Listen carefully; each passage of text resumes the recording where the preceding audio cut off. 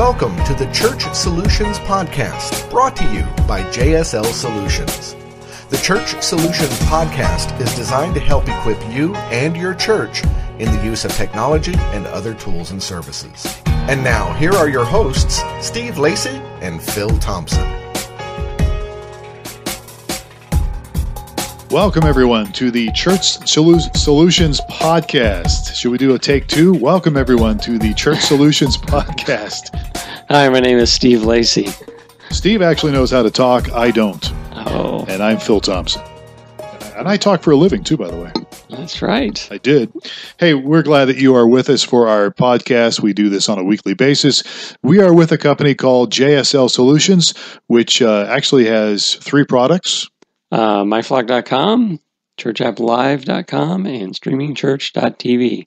All right. So obviously those are all related to either streaming video, apps for churches, or website and church management systems. Yeah. So there you go. We have those things, and we can do some other custom things for you as well. So we work mainly with churches, ministries, tech related, although we do talk about anything that's church related because Steve and I have been involved in churches for most of our adult lives and from all sorts of capacities. It's getting to be a longer and longer time as we get older and older. Well, it beats the alternative, right? But yeah, we've been involved in leadership. I still am involved in leadership. I guess you're no longer on your church board, are you? No, I'm not. They kicked you off, didn't they? That's right. I retired from the board. Good for you.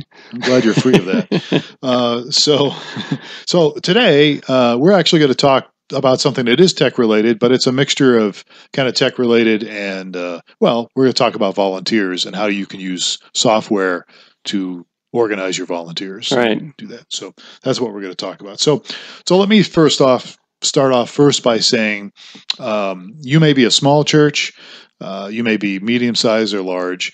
But let me say, first of all, if you're very small, you may be a pastor or an associate pastor or maybe just one of the key board members or leadership team members, and you might say, well, we can just do everything ourselves. But really, I want to encourage you to really recruit and utilize other people in your church, even if it's small, to begin to do some things and to begin to serve and volunteer. I would think every church would have volunteers. Well, you think there would be some roles that... I think what happens a lot of times, and again, everybody's different, but I think it's easy sometimes to say, I'll just do it. You know what I'm saying? Yeah. It's easy to say, oh, it's too much work to find somebody and train them. But you can't do everything. You can't be the kids leader on Sunday morning and teach your lesson at the same time. True. So you can't do that, but there are other things too, like some of the administrative stuff. You can't be the greeter, you can't be an usher and the pastor, right? But there's also churches.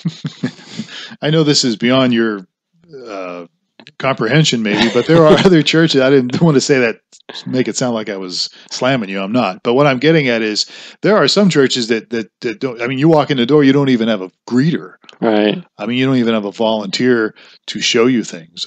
Trust me, I have been in that seat before. I've walked indoors and like, hello, and there's nobody that's really taking the ball. And you would be surprised that happens a lot. So I guess what I'm just simply trying to say here to everybody, and that is volunteers are the lifeblood of your church. And really, you can cultivate some really good volunteers. You get some good people and then cultivate them and spend some time. So you do need to put a little bit of time and energy in your volunteers. Mm-hmm. But if you do it right, you don't have to overdo it, and you can create really a great culture of volunteering and serving in your church. But you do have to be intentional about it. Right. And I mean, it's kind of like I think about it, how they train employees when they work certain places, and they have some specific training programs to create a certain culture. Yeah. I mean, it's important to get your volunteers, I don't know, at least speaking the same language or organized in such a way that it's going to reflect the culture of the church. And if you are even a small and mid-sized church, you've got so much going on your plate. If you're listening to this, if you're involved on staff, that you may be thinking about taking the time to organize something.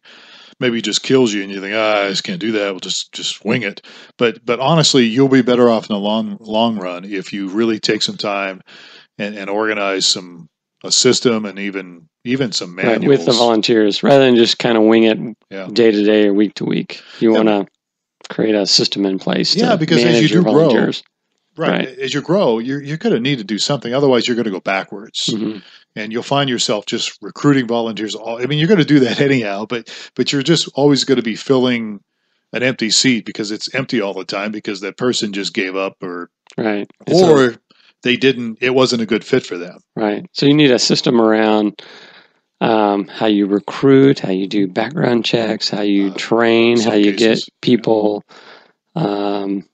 exposed to opportunities. The whole bit. There's a whole management system that you need to put in place with your... Yes, but again, I'm sure there's people listening to this podcast going, oh, I could never do that.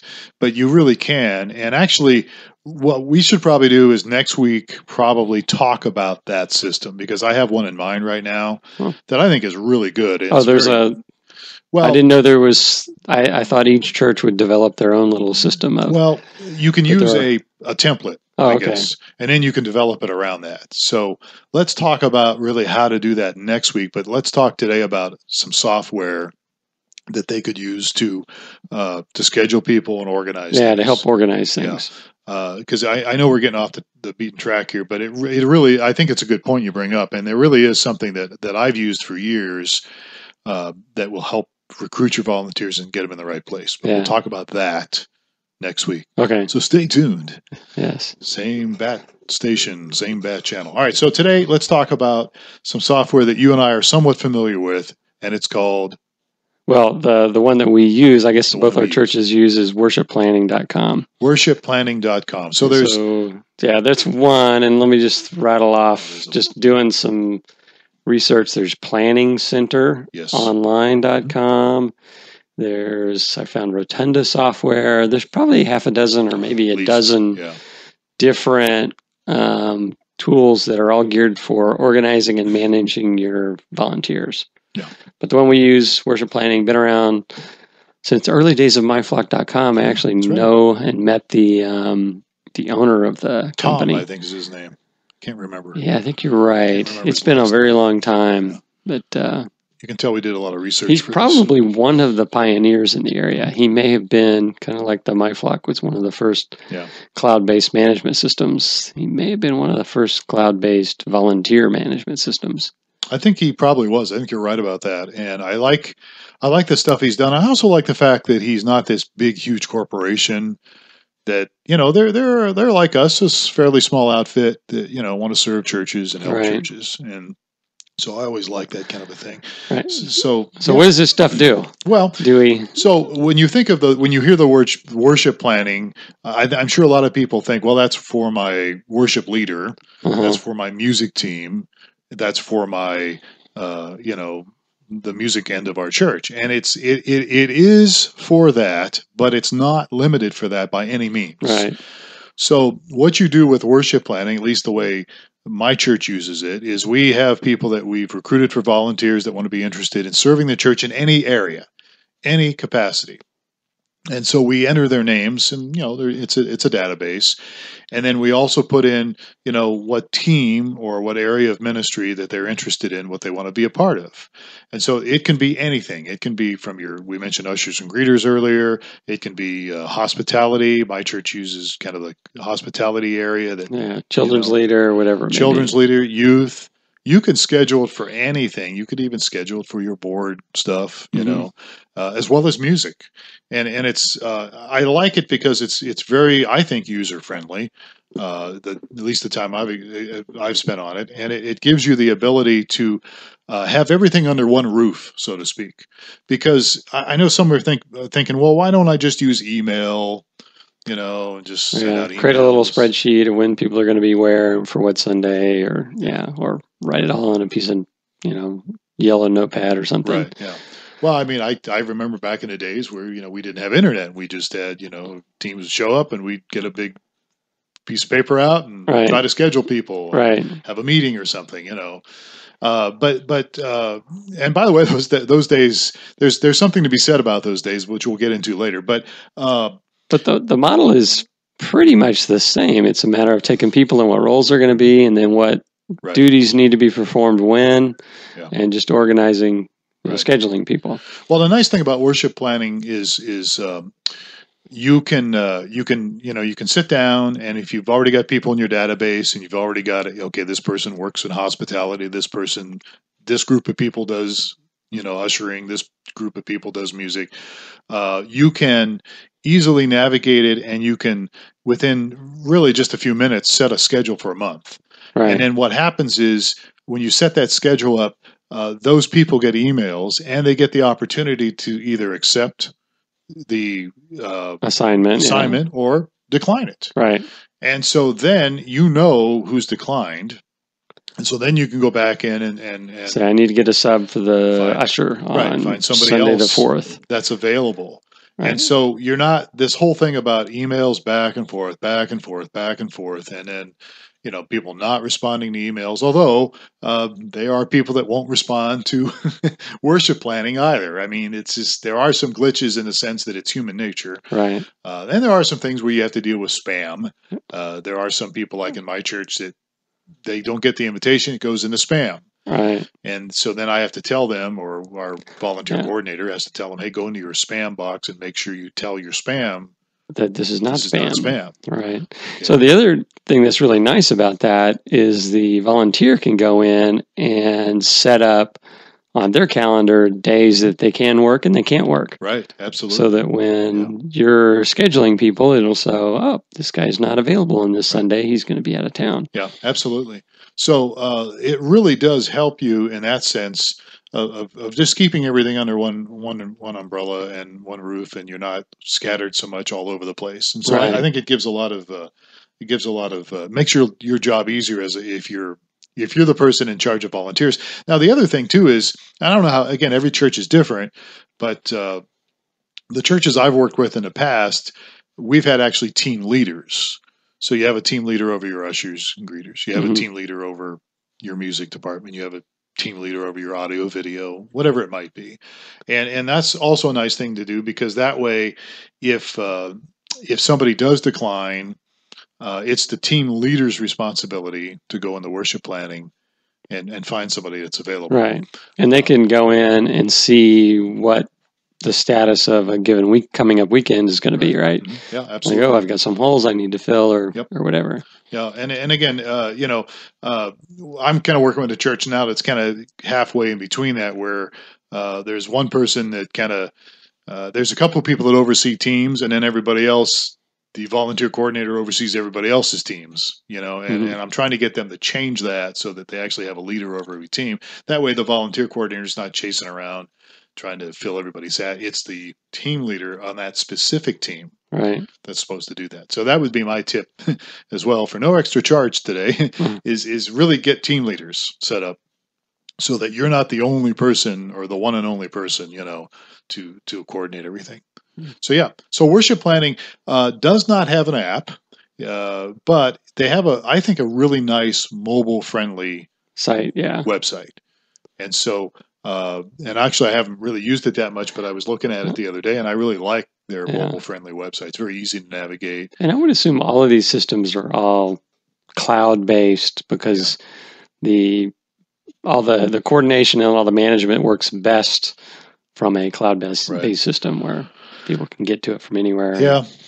I mean, years ago you had to download something, and I think we had Servant Keeper or something is what we had years ago when I was at Alive, and we had Servant Keeper and all that. But so it's a cloud-based system, which is good because you can get to it, you can access it anywhere, on your mobile device, on your computer, on somebody else's computer. It's very easy to use. And again, there's nothing more frustrating for volunteers than to show up for something that they think they're supposed to be showing up for to serve, and then either they're not needed or there's not enough people, and then you're shorthanded. Yeah, I've done that before. Now, I think we all have been in that position. Everybody listening to this podcast has. But so with something like worship planning, StreamingChurch.tv.com, you can hopefully take those factors out. Mm-hmm. And so you know who's scheduled. And of course, there's always the human factor that people, whatever, you can't do anything about that. They're either going to show up or they're not. But at least you're organized. Typically, if they've committed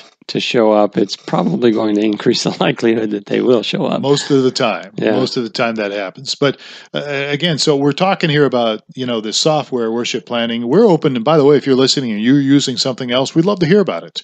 We'd love to hear if you like it. If you don't like it, please let us know. It's our email support at StreamingChurch.tv. So this is a great way to manage all of your volunteers, as you mentioned. I don't know if we're going to talk about the other aspects of this, which was the kind of mapping out the service and that piece of that. Okay, we should cover that. So the basics are getting people into their spots and getting them assigned and getting the assignments, all figured out.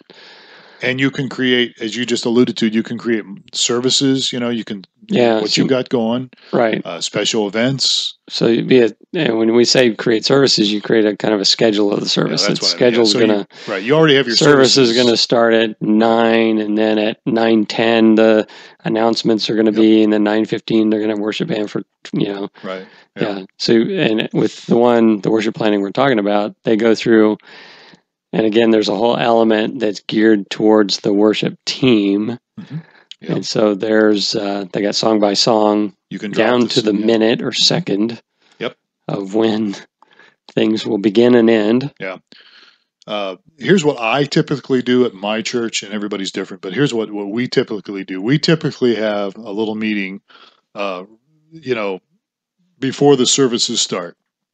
And usually the meeting includes we're a small church, about 100 people, but we have when the band has gone through their run through and they're ready to go, they're usually done about a half hour before the service starts. We have 2 services, but so we meet with everybody, and we literally have a printout of the songs that they're doing and what's going on in that actual service or services. And we've implemented that all in worship planning. So just like you said, Steve, song starts at 9:00. We've got 2 songs. Here's what we're doing. Not that everybody really cares the name of the song, but here's what we're doing at this time.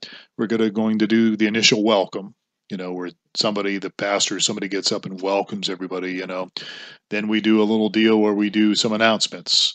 Then we have another time where we go back into some music, have prayer and all that kind of thing.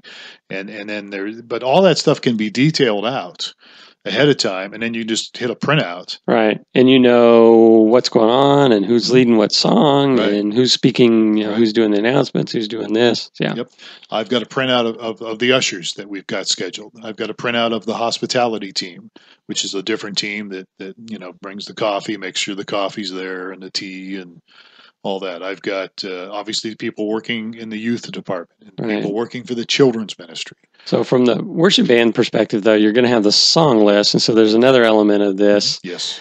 So that, you've got service coming up in a week and you see your bass player is going to be, so you have the songs, you have the run of the songs, and you also have the ability to take the music, the sheet music, or even listen to MP3s of each of the songs. Yeah, you can download those or upload them, I guess is the term, in worship planning.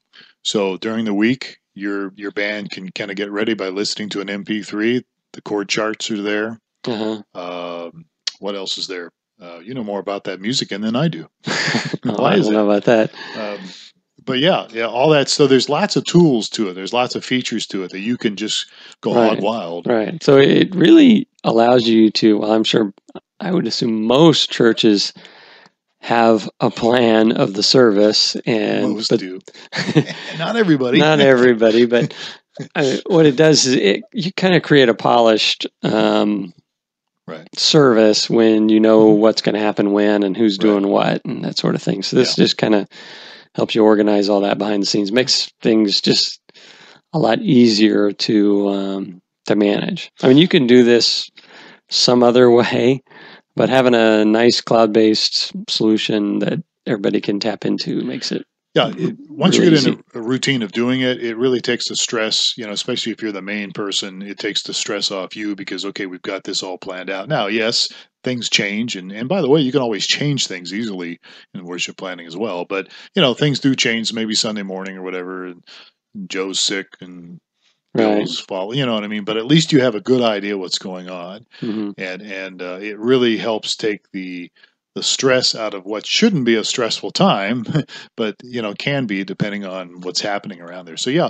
I think worship planning is definitely very good. There are other, as we just alluded to, there's other programs out there you could download, and we'd love to hear from you on that too. If you've got some, and we have, we just know we get no kickbacks from worship planning. We get nothing. We should hit up Tom for some kickbacks, but we don't. But send him this podcast and say, look, hey, we're promoting you. So, because there is a monthly fee to use the system. And that's a good question. I think my church pays, the monthly fees are determined by how many different team leaders I believe you have. So you can input people into this cloud-based software, worship planning, and you can implement some of them as leaders, as organizers, but to do some of those to give those people a higher level, there is a charge for so many. I think we pay $34 a month is what we pay, and I think we have like 6 or 7. Yeah, I'm actually going to their site. Yeah, we have 6 or 7. We're so well organized. We got this thought through ahead of time. Yeah, but I'm looking at their site now. If you have 3 planners, it's $15 a month with an asterisk.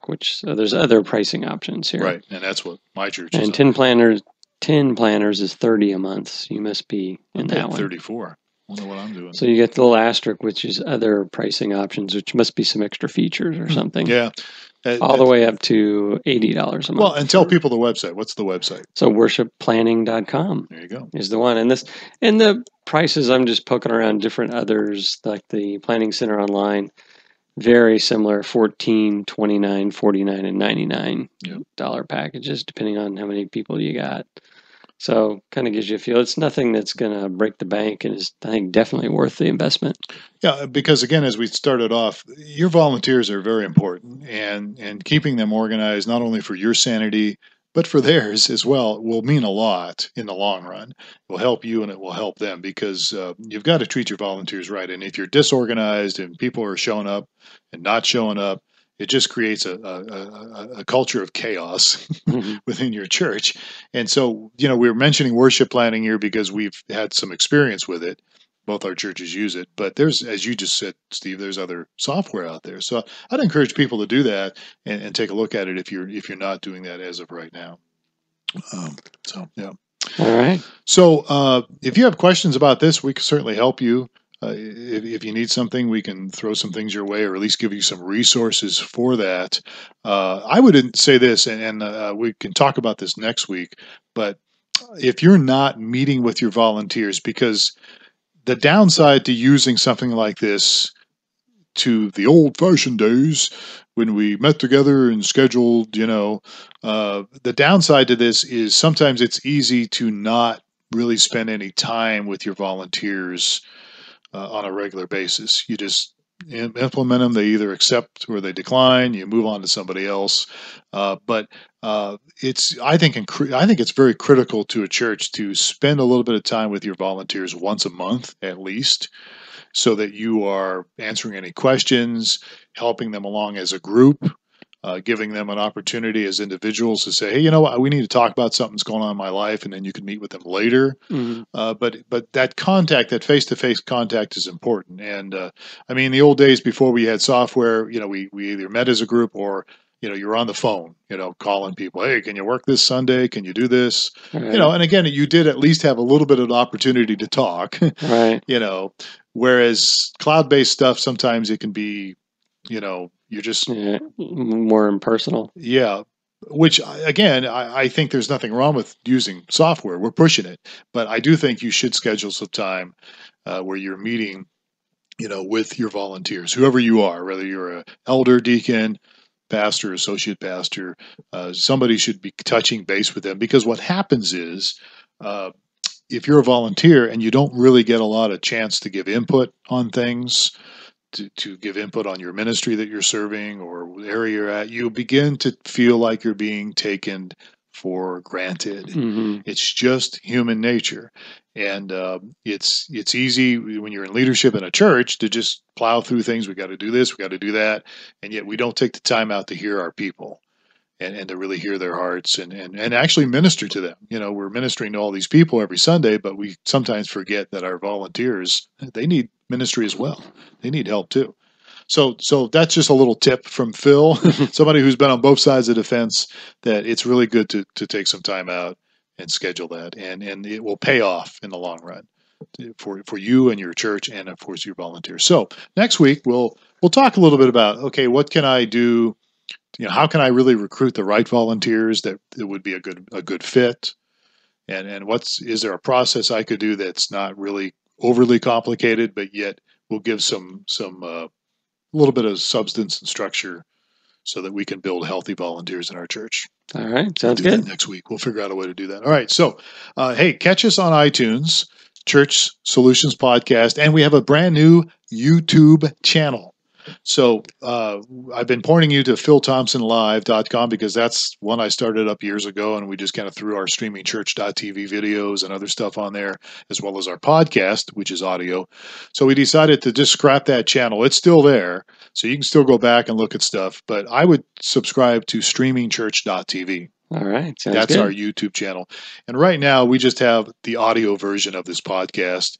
I think probably, Steve, soon one of these days we need to pull out the cameras and start doing some video again. Yeah, sounds good. Since we are a video company. Kind of how we started. Yeah, so we should probably do that. But check us out on StreamingChurch.tv for the podcast, this one and the other ones. And then the old ones are at the old Phil Thompson Live YouTube channel. And we're on newmediaministries.tv. That's a little blog that we basically put some information on there. So we'd love it if you subscribe to any of those and give us some feedback. We would definitely love to hear from you. All right, Steve. Well, another beautiful day in paradise here in Tucson, Arizona. Yes, it is. It's awesome. I'm sorry for those of you who are back east right now, but it's your choice. No, that sounded mean, didn't it? I spent a lot of time back east, so I like the east and I like the Midwest, but we're happy here in Tucson. So we're going to go. We'll see you next week on another edition of the Church Solutions Podcast. Take care. God bless, and have a great day.